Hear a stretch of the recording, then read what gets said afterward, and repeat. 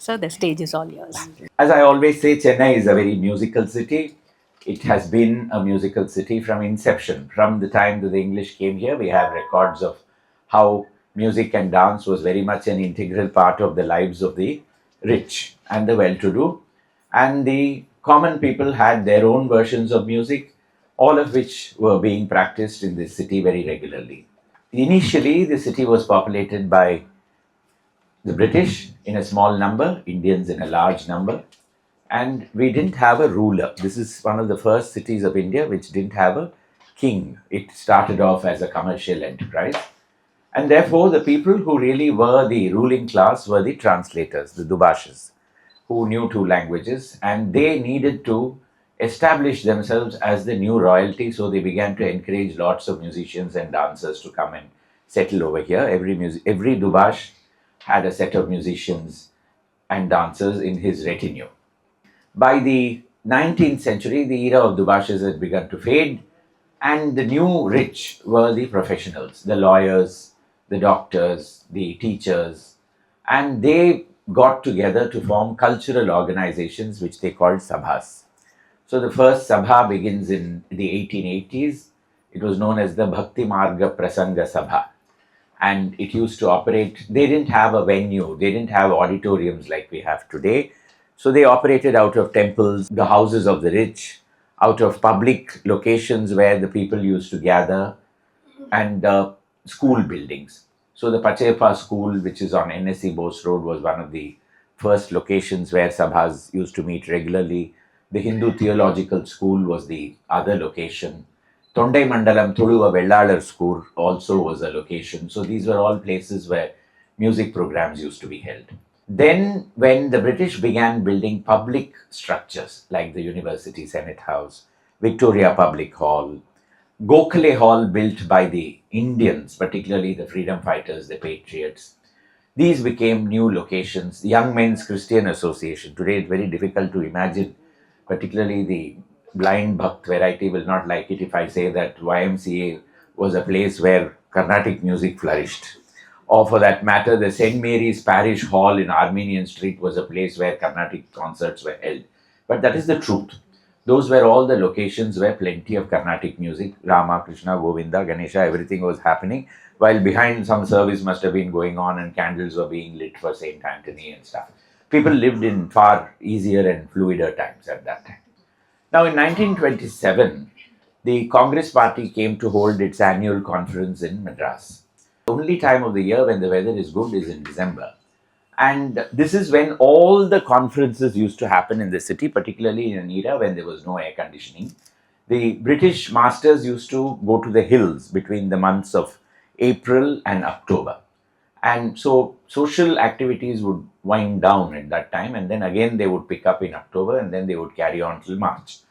December, particularly Christmas week, between 24th of December and 1st of January, was when Chennai's social calendar would go through a kind of a burst, and plenty of events would happen at that time. So once again, nothing much to do with good old Hinduism, but with Christianity. Christmas week defined our social calendar. So on August 18th, 1928, the Music Academy was founded at the Young Men's Christian Association in NSC Bose Road in a Matkanahi Hall.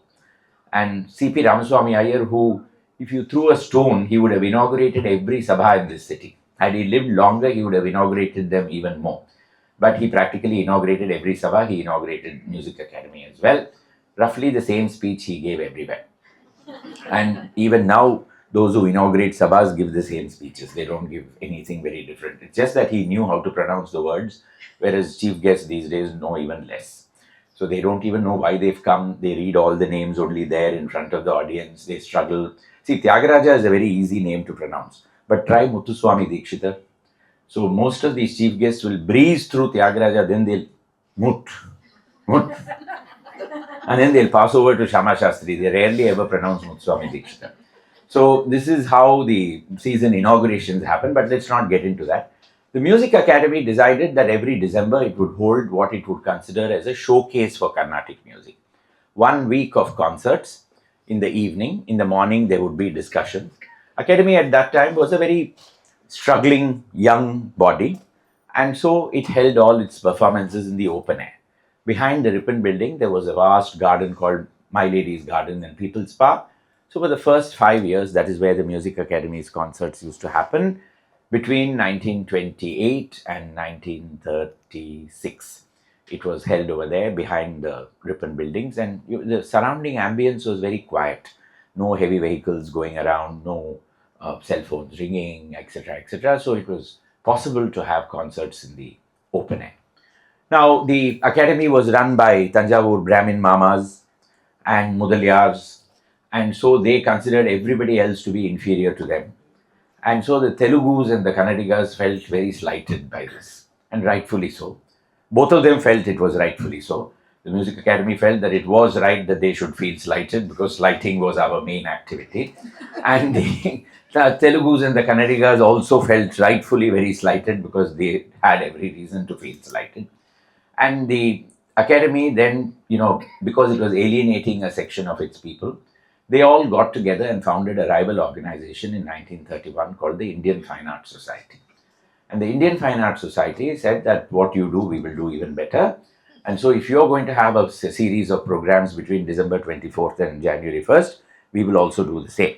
So while the Music Academy called it the annual conference and concerts, they called theirs the Indian Music Conference. So they kind of kicked themselves upstairs. They invited the same chief guests. They had the same musicians who sang here went and sang there. The Indian Fine Arts Society was bankrolled by all the big chettiars and Raja Sir Annamale Chettiar and all the chettis, the Arya Vaishya, Telugu speaking chettis. And so they operated out of Gokhale Hall on Armenian Street. So while these people were struggling in some garden and all that, they were big. They had their own building with a restaurant thrown in on the side where bread dipped in ghee used to be served to everybody who came. And that was one of the chief attractions. So this is how the Indian Fine Arts Society really began. Now, both of them, this populated by Tanjavur Brahmins, who thought that Sanskrit and Telugu is the only are the only two musical languages on earth, and they didn't know any Tamil. While they spoke Tamil, they didn't understand a word of Telugu or Sanskrit, but they thought that Telugu and Sanskrit are more musical than Tamil. The Indian Fine Arts Society had only Telugus, so they thought that Telugu anyway is the best language on earth. So the Tamils began to get highly offended.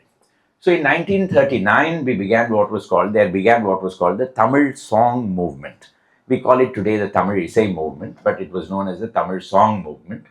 Raja Sir Annamale Chettiar, Kalki Krishnamurthy and others got together and they began to demand that more Tamil songs should be featured on the Carnatic concerts. Now, these two venerable organizations were not very keen on that. So they founded a parallel organization called the Tamil Isai Sangam. So from 1943 onwards, they also started on December 24th and ended on January 1st. And because it was bankrolled by Raja Sir Annamale Chettiar, they operated from the parish hall of the St. Mary's Co-Cathedral on Armenian Street. They had a permanent building, so to speak. And in one night, M.S. Subbulakshmi's performance there netted them 3,500 rupees. And that was the founding of the Tamil Isai Sangam. Music Academy immediately banned M.S. Subbulakshmi from its premises. So for 5 years, the good lady didn't sing for the Music Academy. And it was only in 1948 that they had to eat crow and call her back. But eating crow is something we've always eaten crow, but we've always banned people as well. So that's how we've operated for a long time. So anyway, so this is how it went on. And the Music Academy was, very, very systematic in what it did. So right from the beginning, it had some great visionaries like T.V. Subbarao, Dr. V. Raghavan, great scholars. And what is wonderful is that today it is the only organization, perhaps, which has the proceedings of every one of its conferences and concerts for the past 99 years, bound, digitized, and kept. That's because of visionaries like Dr. Raghavan and T.V. Subbarao, who were the founding secretaries, conducting of the annual conference without fail, no matter what happens, no matter what be the challenges. In the initial years, there were plenty of challenges. And then slowly, they got a very dynamic president, a man called K.V. Krishnaswamy Iyer, who was president for 30 years, 1935 to 1965, completely racked by Parkinson's disease as time went on, but considered the Music Academy to be his baby. And he was the one who really transformed it from what it was to what it would eventually become. And he had some very able lieutenants like Kasturi Srinivasan of the Hindu, Justice Bashir Ahmed Saeed. Bashir Ahmed Saeed was a pillar of the Music Academy, and in the 1980s, he was recognized as the longest serving office bearer of the Music Academy. So, Bashir was a man who believed that if you built an institution, you had to endow it with a lot of real estate. Now, Music Academy was filled with tambrams. So, the the two things that we know is one is Polonius's speech to Laertes, which is neither a borrower nor a lender be. And the other one is this Kambaramayana statement, Kadan Pattar Nenjam Pol Kalanginan Ilangai Vendan. So we don't like to borrow. The third one is Siriha Katti Perihaval. That is, keep your lifestyle to the bare minimum, scrounge, and then pretend that you're very happy. So the Music Academy had managed to put together money for buying 2,400 square feet, one ground, in a place called Devi Southern in Triplicane. Can you believe Music Academy in Triplicane? I wouldn't go there myself. But then the point is that is where they had decided to buy their property. Now Bashir threw a fit and said, if you want to build an institution, you need vision. What the hell are you guys doing? You have to build a large organization which will stand the test of time. So they said, what do you want us to do? He said, 27 grounds are coming up for sale on Edward Elliot's Road. It's a bungalow called Sweet Home. Go and buy it. So they said, we don't have the money. He said, have you ever heard of borrowing from banks? So then they all had collective conniption fits and everybody died, and then they were revived. And then they went and borrowed. They swallowed their shame and then they went and borrowed from Indian Bank. And that is how they finally purchased their 27 grounds of land on Edward Elliot's Road. In the meantime, Raja Sir Annamalai Chettiar had negotiated for 50 grounds of leased land on Esplanade Road for the Annamalai Mandram. This is where the Indian Fine Arts Society really failed. It got 5 grounds of land in T Nagar. It believed that T Nagar would never develop as a place where music would be heard, and they sold the land. Today they operate out of a Kalyan Mandapam. That is how fate transforms itself. Now you've borrowed money, now you need to build an auditorium. And there Raja Sir Annamalai is dead, but then his wealth is enough. The auditorium is coming up, Music Academy gritting its teeth, wanting to build an auditorium. So how do you build an auditorium? Eat crow, invite MS Subbulakshmi back.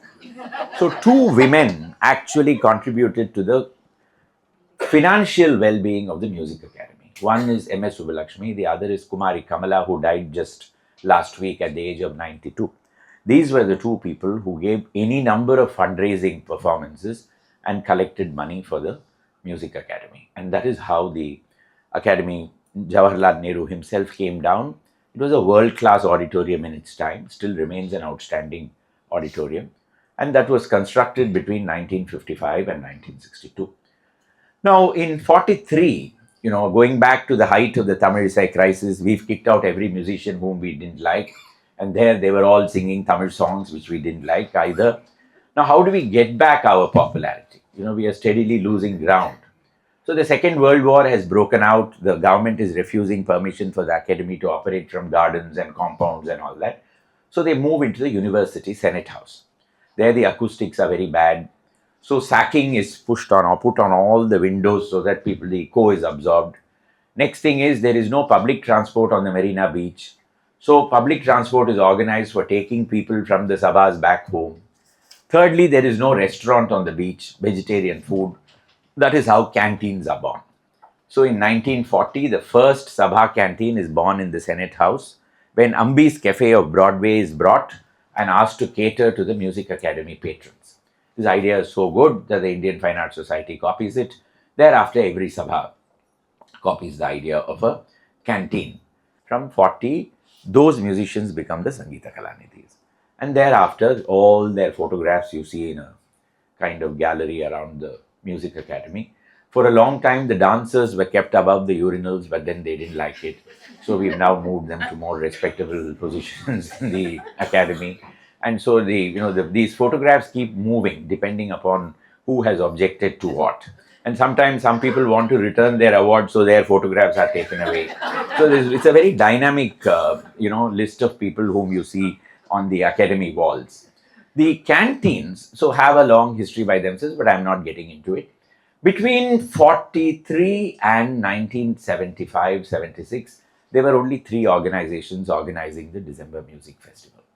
Thereafter, some of the older sabhas like Vani Mahal, Patsati Swami Sabha, they all decided, why don't we get into the same game and organize festivals in December? So gradually the numbers began to increase. But it is only from the 90s that you find that this present statistic of around 25 to 30 organizations and around 1,500 music and dance performances really gains ground. That's entirely because of the NRIs. So it's from the 1990s that you find that the NRIs begin coming back in large numbers. You can easily make out an NRI clutching a plastic bottle with water and going around saying how expensive Madras has become. In those days, you could get anything for $3, and now everything is $30, honey. And they don't like the cost of living in this city. They don't like the fact that we live better off than what we were doing once, and we don't have to shovel the snow off our sidewalks and all that. But then they come. So they started coming in December in large numbers. There is no doubt that they made the December season because they fueled the economy of the December music season in a very big way. So hats off to them. They were traveling all the way from across the world and coming here, and they were listening to music. In the 90s, their listening to music here was very important because they would then go back and then list out the musicians they liked. Those musicians would get invited to come and perform in the United States of America. By then, there was a large diaspora over there. Two big performing seasons, one in March, April, May, then again one in September, October. Musicians went, CD sales boomed. In those days, you had a Shankara Hall CD sale which would happen. You couldn't get it. People would be buying. They had a statistic, a CD with 18 songs was better than a CD with 15 songs. And so they would buy only like that. Numbers is what they would be looking at, and they'll all go back with piles and piles of music.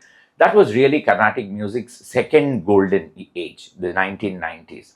And you also had a very exciting young group of musicians who formed what was called the Youth Association for Classical Music. And they were the stars. People like Vijay Shiva, Sanjay Subramaniam, Soumya, Bombay Jayashri, so many of them. Unni Krishnan, the present awardee R.K. Sriram Kumar. They were all they were big hits. Every sabha used to run full houses. Then gradually, the decline had to happen. And today, I can't say that it's a very great situation to be in Carnatic music because, for one, YouTube has come and destroyed all concept of copyright. Everything is available. And the musicians' performances, even before they are finished, people are putting up pirated snatches of it with no concern for the well-being of the musician or the fact that they have ruined somebody else's earning ability. That is one. Secondly, wedding concerts at one time were big. Today, people play recorded music without any copyright. So the artists don't get anything out of it. Thirdly, you must remember that if musicians were getting 1,000 rupees to start with for a performance in the 1950s, today they get 2,500 rupees. So what is the money that we are talking about? The entire December music season's budget is around 12.5 crores across all the sabhas. And I must add here that around 50% of them depend on the munificence of one person, Nalli Kupswami Chetty. This is not a laughing matter. The man has kept the music season alive, as he has kept numerous other charities alive without talking about it. An amazing patron and whose personality has really kept a number of music organizations afloat. What happens in the future is a question that everybody will have to answer as time goes along. The other point is the last big organization in music and dance to build its own premises was in the 1980s. That was Naradagan Sabha. After that, not one sabha has managed to acquire property and put up an auditorium. That gives you an idea of their finances.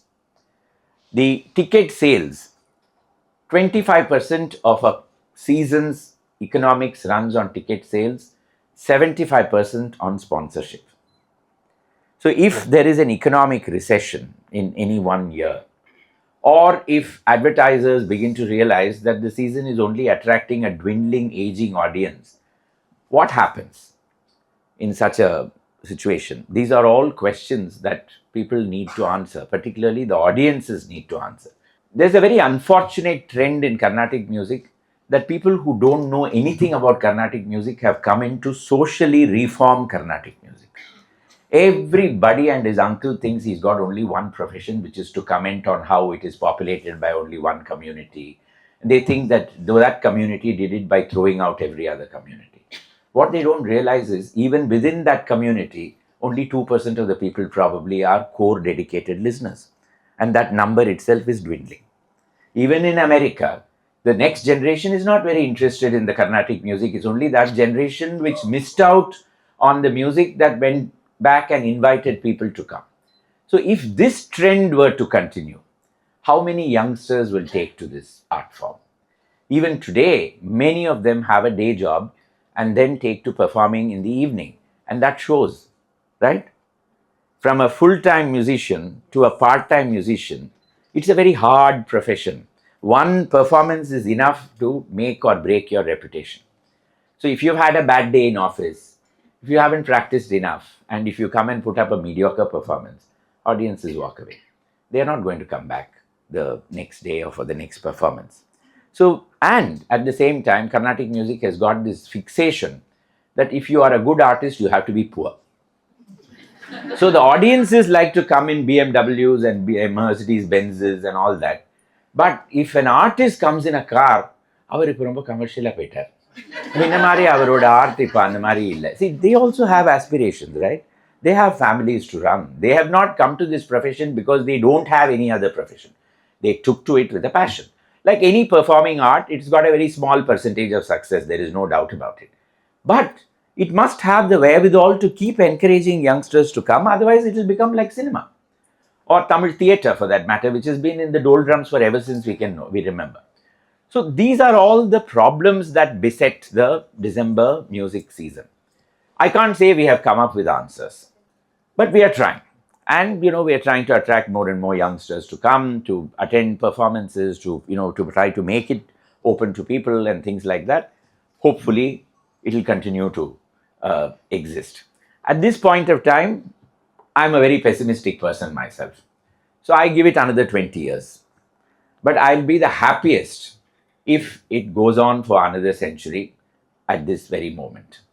Ultimately there will be one organization or two organizations which will carry it on. The Music Academy is not going to vanish in the next century. But one Music Academy is not enough. We need an ecosystem where there should be 30, 40 sabhas. And today, what is interesting, Bangalore has emerged as a far greater patron of the classical arts than what Chennai is. And I have my friend Giridhar from here, and he knows ticket sales in Bangalore for Carnatic concerts is far higher than ticket sales in Chennai. In Chennai, people come, they shamelessly ask, is it an all-are-welcome concert? Because they got used to free concerts. Yeah, they've got used to, it's a shameful situation to be in. That we call it a UNESCO recognized city for the creative arts, and we don't want to support the arts ourselves, whether it is theatre, whether it is Carnatic music. Free, all are welcome. So if somebody asks me this question, I always tell them, it doesn't matter. They may not talk to me again forever. But somewhere along the line, a line has to be drawn and they have to be told that, the freebie has got over. This is the same community that rants against freebies somewhere else. But it lives very comfortably with freebies in this industry. And if we want to protect ourselves from that despicable Bangalore which is stealing everything from us, then we need to really do something about it. I want all of you to come, buy tickets. Not necessarily, Music Academy will continue for a long time. Go to other places. Go and encourage music. Just be there. Smile at the artist. You may not understand anything. Clap. After 2 or 3 concerts, you will find that you will like it. This is how we all began as children. Grandmother dragging us, kicking and screaming, "Vada! உனக்கு வேற ஆப்ஷனே கிடையாது, நீ அங்கே வந்து உட்கார, ஐயோ ஏதோ பாடுற, அதெல்லாம் தெரியாது, நீ வா." So you had to go, and that's how we went. We sat, we enjoyed the music. Slowly we began to recognize one song after the other, and we liked it. And then we became hooked to it. So that, and the artists like personal audience presence. They don't like this world of, impersonal recordings and Zooms and all that sort of thing. They like people. And Indian art, as it's by itself, as you know, thrives by interaction between the audience and the performer. So we need to go out and be encourage them. This December, it's just started. You still have 15 days to 20 days. Please go and attend at least one or two performances by buying tickets. And you'll encourage a sabha, you'll encourage an artist, and you'll get more people to come. Thank you so much.